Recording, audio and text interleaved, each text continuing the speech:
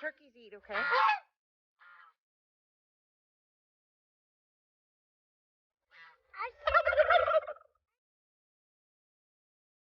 Simon ate out of your bucket? Yeah!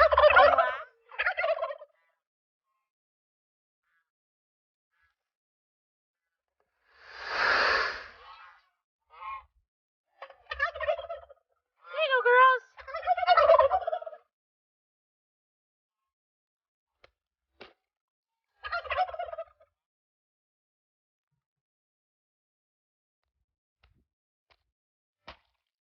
It grows hard.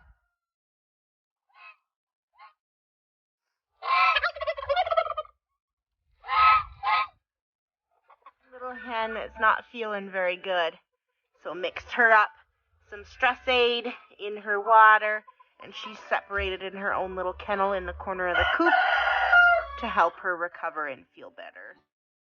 You coming to feed the goats? Taste good?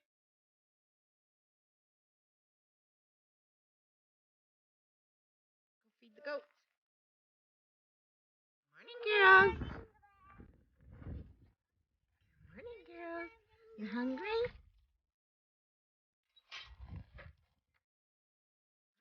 Come on, let's go. Let's go. All right, come on. There you go. Let's fill the other bucket. There. How's that, girls?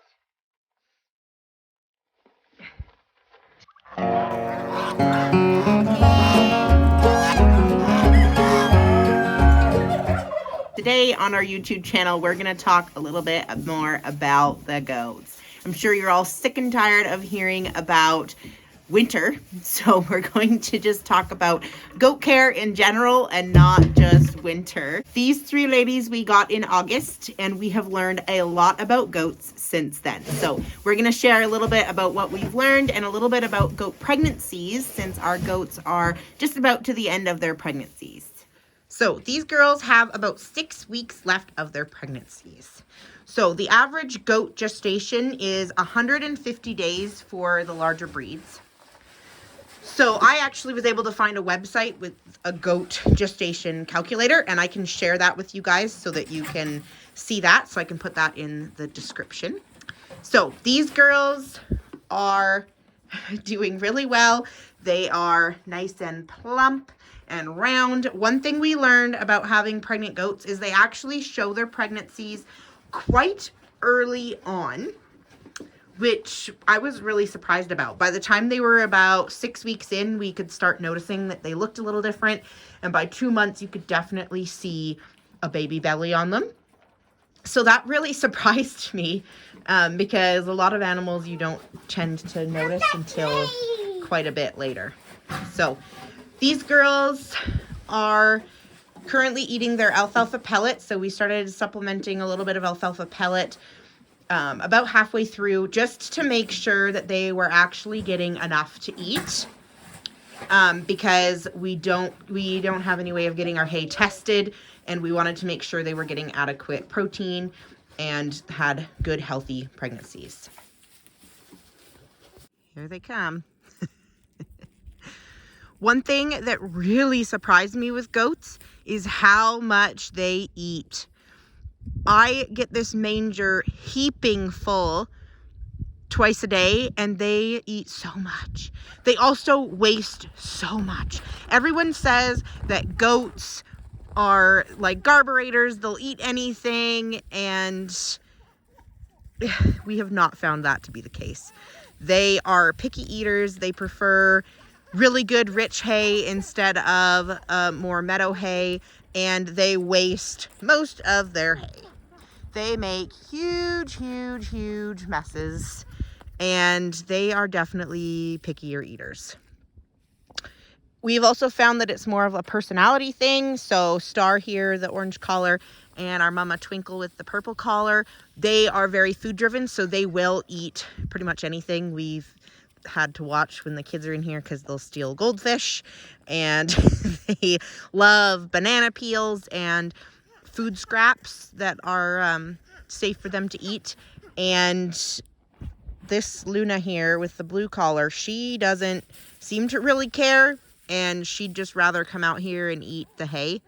Even when it's grain time, she usually is the first one out here, and she doesn't really care about the grain situation. She'd rather just come and eat the hay. So definitely different per goat, but they are not really prone to just eating anything. That's definitely a myth that we have found with goats. So they prefer good quality hay and good quality feed, and they will pick through it.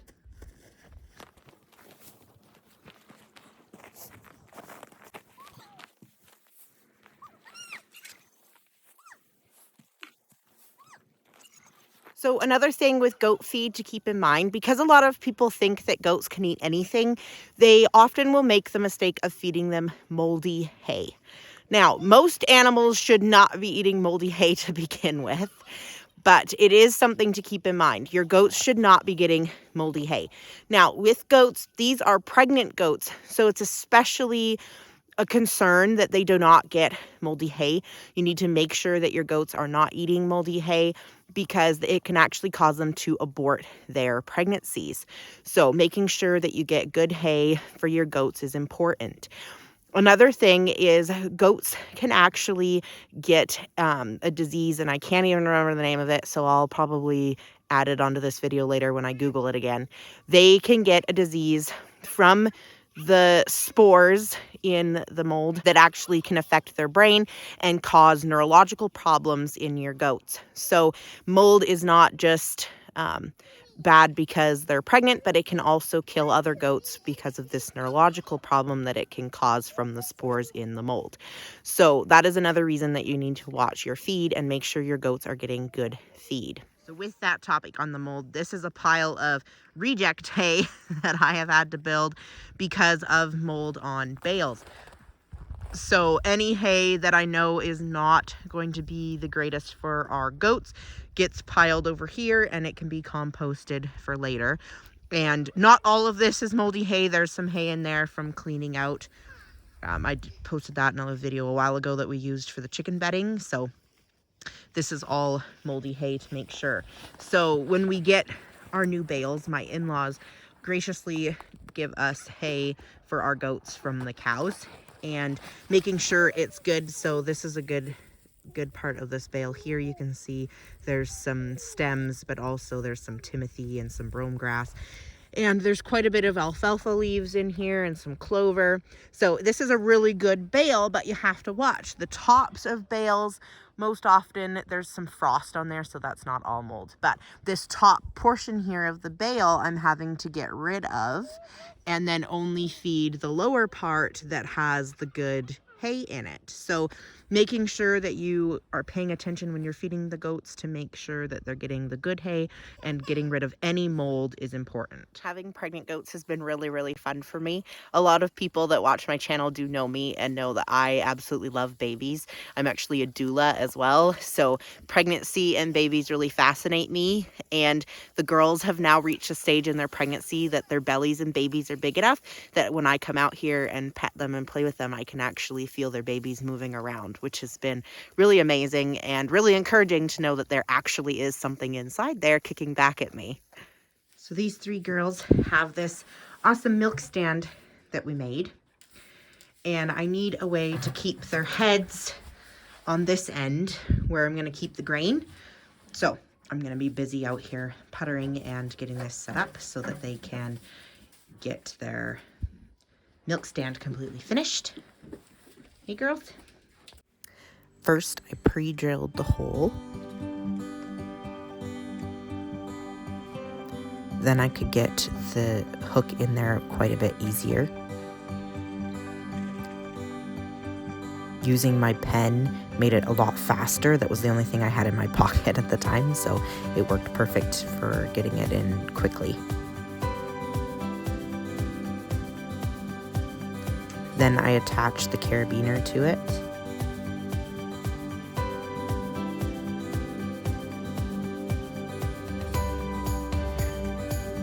Then I was able to get the chain attached to the hook.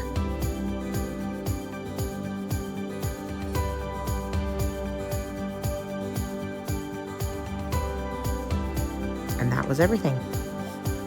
All right, let's test it out on a goat.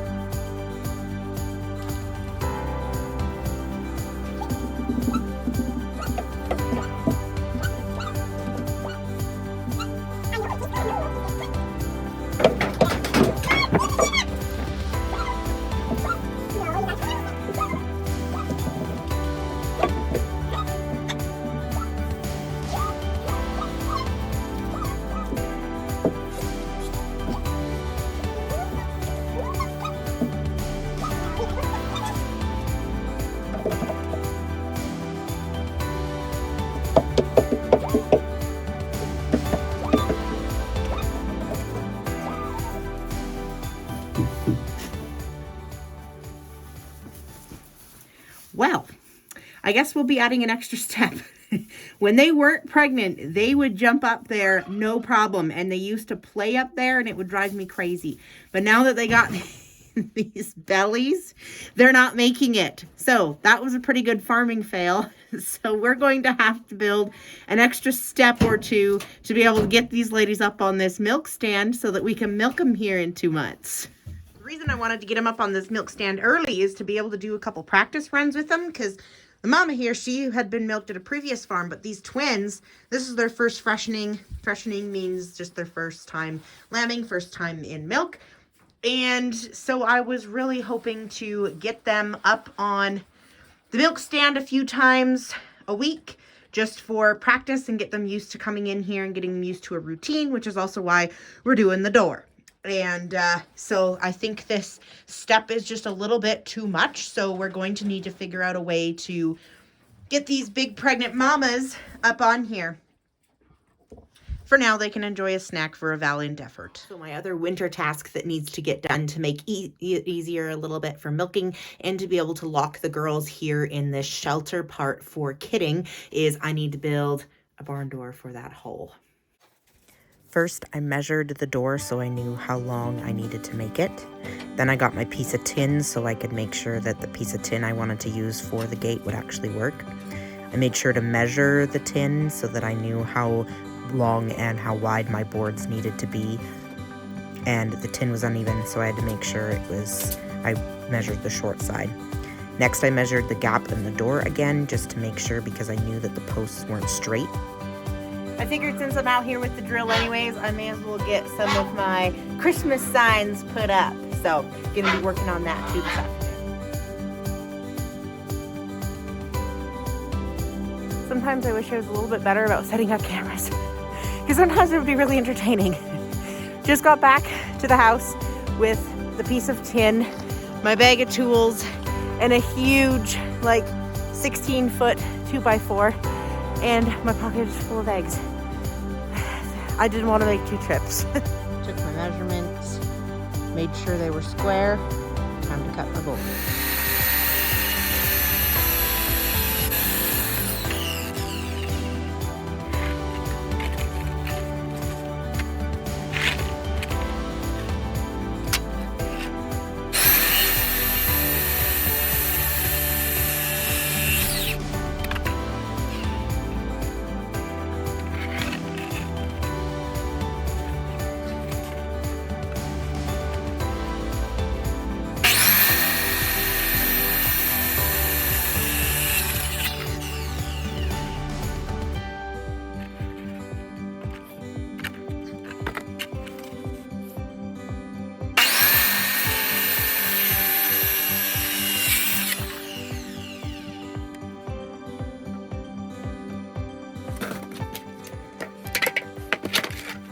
I needed to make sure that I had the right boards because they were a little bit longer than wide.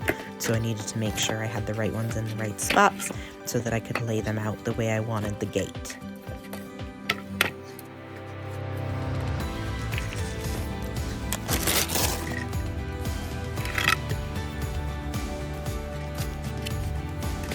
Once the boards were laid out, I needed to measure it and make sure that it was the right length and height that I had for the measurement of the hole in the door for the barn. Make sure that all the edges are even where they're overlapping. Then I re-measured to make sure after aligning the boards they were in the right position. Then I checked to make sure that the boards were square, doing corner to corner. This took quite a few minutes actually for me to make sure that it was square, and a lot of fiddling and adjusting to get the boards where they needed to be. Then I was able to screw them down once I was happy with where they were.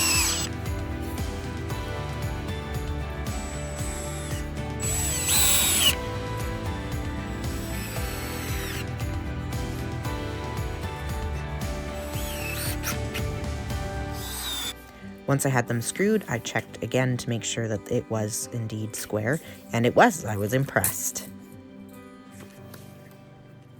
Then I got my brace board that I wanted to brace it to make sure it stayed square and drilled that in.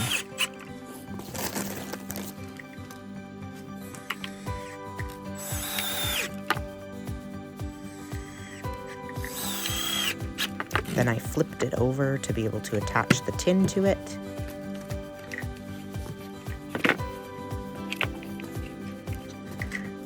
Tin fit perfectly over it, just had to adjust it and make sure I had it where I needed it, and screwed the tin down with some tin screws. I screwed it down in quite a few places because the shelter is facing the north where we get the worst wind, so I wanted to make sure there wasn't going to be any gaps where it could rattle the tin.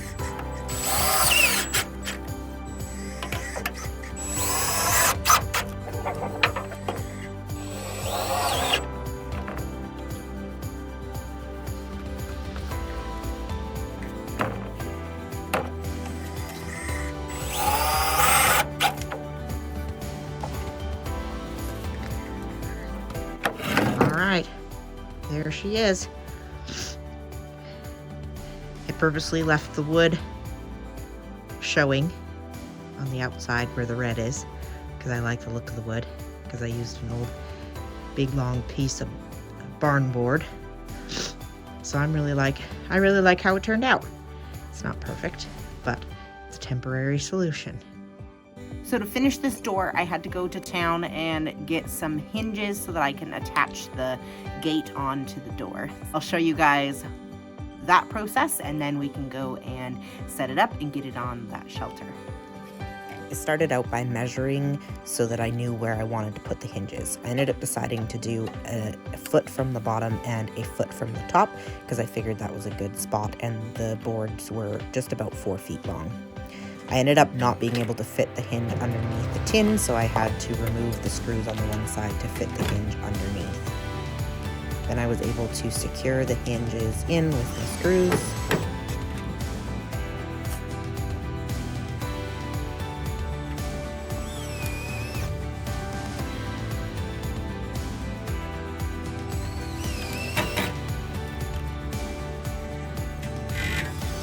Once the hinges were attached, I reattached the screws for the tin. Alright, trying to drag it out there and see if it works. So much easier than packing it.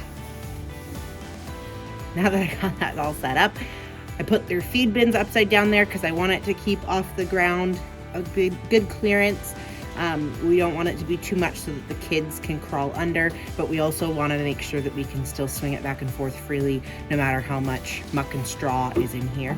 So once I got my door out there, I made sure that it fit in the hole properly, but it didn't end up working on the one side, and I'll show you guys in a second what ended up happening.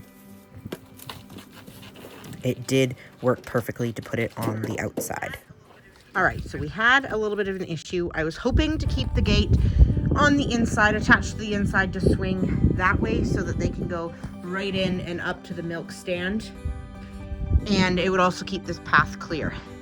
But this post that I was hoping to attach it to is not square or even whatsoever. So I can't attach it to that. So on this outside here, the shelter has this beam that we attached because that other post is so bad. So I can attach it there, no problem. And if I leave the gate half open during the day, they can get into there and around to their water path and to their feed path, no problem.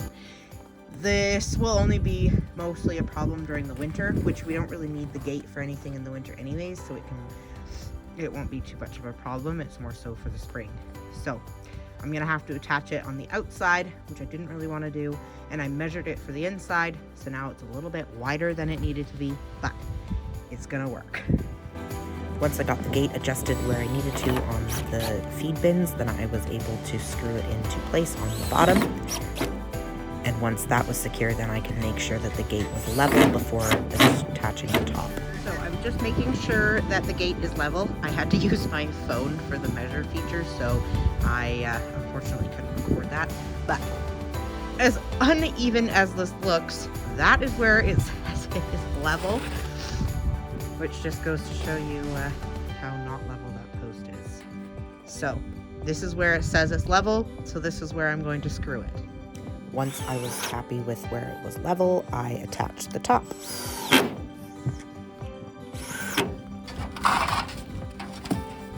Yay!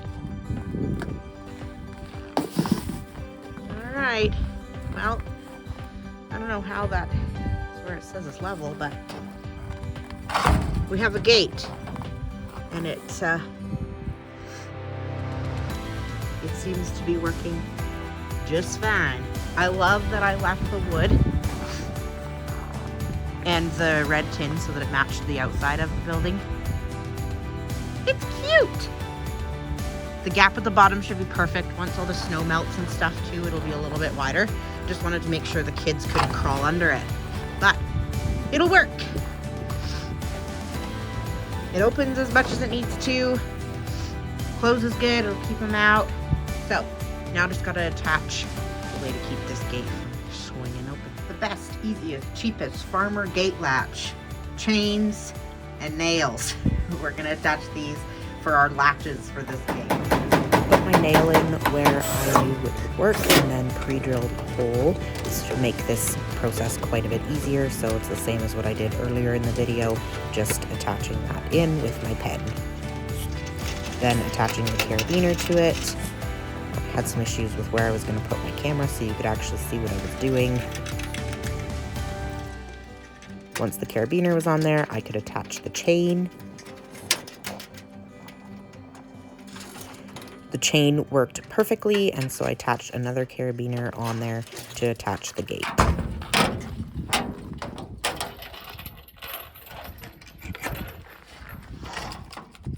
All right, I think that's gonna work.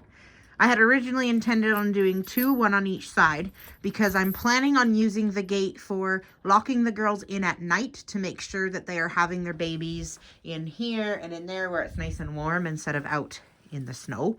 The second reason that we'll be using all year round is to keep the girls coming in one at a time to milk them, because otherwise they will fight and the other ones will eat her grain while I'm milking. So I want to make sure that I'm able to milk them one at a time, so this gate will make that possible. Thank you all so much for watching. Be sure you hit that subscribe button. Every person that subscribes is very encouraging to us, and it keeps us going and keeps us getting these videos posted every week. If this channel is something that you are learning from and something that you are enjoying, please comment below and let us know, and hit that subscribe button. Next week, we are going to be covering hatching. I've already had lots of eggs in the incubator, so we're going to get into some fun, exciting spring things instead of all this winter business. So be sure to come and check us out next week, and we will see you then. Go show 'em.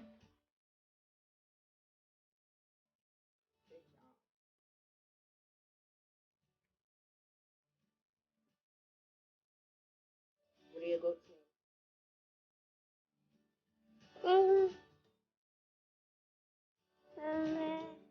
Kite.